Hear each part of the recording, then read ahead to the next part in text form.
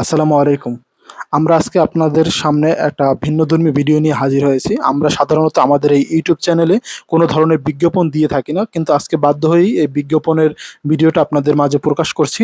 এর অন্যতম কারণ আপনারা নিশ্চয়ই এখন শিরোনাম দেখে বুঝে ফেলেছেন যে আমরা আসলে আমাদের খামারের যে গারল ও ভেড়া রয়েছে, তো এগুলো আমরা আসলে বিক্রি করে দিতে চাই। আমার কাছে এখন বর্তমানে গারল ও ভেড়ার সংখ্যা রয়েছে ২ টা বাচ্চাসহ মোট ১৩ টি।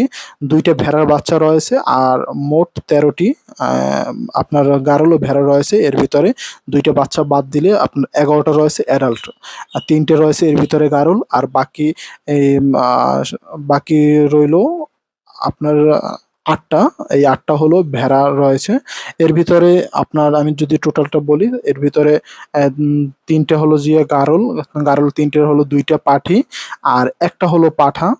আর আপনার ভেড়ার যে ৮ টা, ৮ টার ভিতরে হলো ২ টা পাঠা, একটা অ্যাডাল্ট না এখন পর্যন্ত পাঠার। আরেকটা পাঠা যে দেখতেই পারতেছেন অনেক বড়। এই পাঠাটা অ্যাডাল্ট আমার খামারের। তো এই একটা পাঠা আর বাকি যে ২ টা বাদে বাকি যে ৬ টা রয়েছে, ৬ টা পাঠি রয়েছে এবং ২ টা ভেড়ার এই যে বাচ্চা রয়েছে ছোট, ছোট দেখতেই পারতেছেন ২ টা বাচ্চা রয়েছে। এটা হলো যে আমার খামারের বর্তমান অবস্থা বা যে প্রাণীর সংখ্যা রয়েছে। তো যারা আসলে ক্রয় করতে চান এরা আসলে আমার সাথে যোগাযোগ করতে পারেন। আমরা অবশ্যই আপনাদেরকে নাম্বার দিয়ে দিয়েছি। এই নাম্বারে যোগাযোগ করলে আপনারা বিস্তারিত দরদাম বা আ যেকোনো প্রশ্ন থাকলে এগুলো করতে পারেন বা জানতে পারেন। তো আসলে আরো একটা প্রশ্ন আমি ভিডিওতে আপনাদেরকে ক্লিয়ার করে দিচ্ছি যে আ বলতে পারেন অনেকেই যে ভাই আসলে আপনি কেন নতুন খামারি হয়ে এখনই আবার আপনার ভেড়া ও গাড়লগুলো বিক্রি করে দিবেন? আ আপনি তো বেশি দিন হলো শুরু করেননি। এর অন্যতম কারণ হলো ভাই এগুলো আসলে যদি পালন করি আমি এগুলো আমাকে ৬ মাস ১ বছর পর ন্যূনতম ১ বছর পর আমাকে প্রফিট দেওয়া শুরু করবে। যখন এগুলো বাচ্চা দিয়ে আমার খামার ভরবে তখন আমি যখন বিক্রি করতে পারবো, এগুলো উৎপাদন করতে পারবো এবং উৎপাদন করে সেগুলো বিক্রি করতে পারবো, তখনই আমার এ থেকে লাভ আসবে। একটা প্রশ্ন করতে পারেন ভাই, আবার একটা প্রশ্ন আসতে পারে, ভাই আপনি তো এগুলো জেনে শুনেই শুরু করেছেন। হ্যাঁ, অবশ্যই আমি জেনে শুনে শুরু করেছি। কিন্তু আমার এখন সামনে একটা ভালো একটা অপরচুনিটি এসেছে। আমার জন্য একটা ভালো সুবিধা এসেছে। সুবিধাটা হলো আমি ঢাকাতে একটা নতুন আমার চাকরির জবের সৃষ্টি হয়েছে। যার কারণে আমি সেই জবটা আসলে গ্রহণ করতে চাই। যেহেতু আমরা একটা বিপদে আটকে গিয়েছি। আপনারা যারা আমার পুরনো ভিডিও দেখেছেন বা নতুনদের উদ্দেশ্যে আমি আবার নতুনভাবে বলে দিচ্ছি। আমরা আসলে এসেছিলাম বাড়িতে আমরা গরুর খামার করার জন্য। কিন্তু আমরা গরুর খামারের আমাদের বাড়ির ভিতরে আমরা ফ্লোর পর্যন্ত কাজ সম্পূর্ণ করি। কিন্তু ফ্লোরের উপরে যে কাজগুলো সেগুলো আমরা সম্পূর্ণ করতে পারিনি। এর অন্যতম কারণ হলো আমরা যে জায়গায় গরুর ঘরটা করতেছিলাম সেই জায়গায় একটু জমি নিয়ে বিরোধ থাকার কারণে কাজে আমাদের বাধা হয় এবং সেই বাধার কারণে আমরা আমাদের গরুর যে খামারটা, এই খামারটা আমরা আর তৈরি করতে পারিনি। যার কারণে আসলে আমরা ওখান থেকে আমরা চেয়েছিলাম যে আমরা যেহেতু গরুর খামার করতে পারিনি তাহলে আমরা ভেড়ার খামার করি।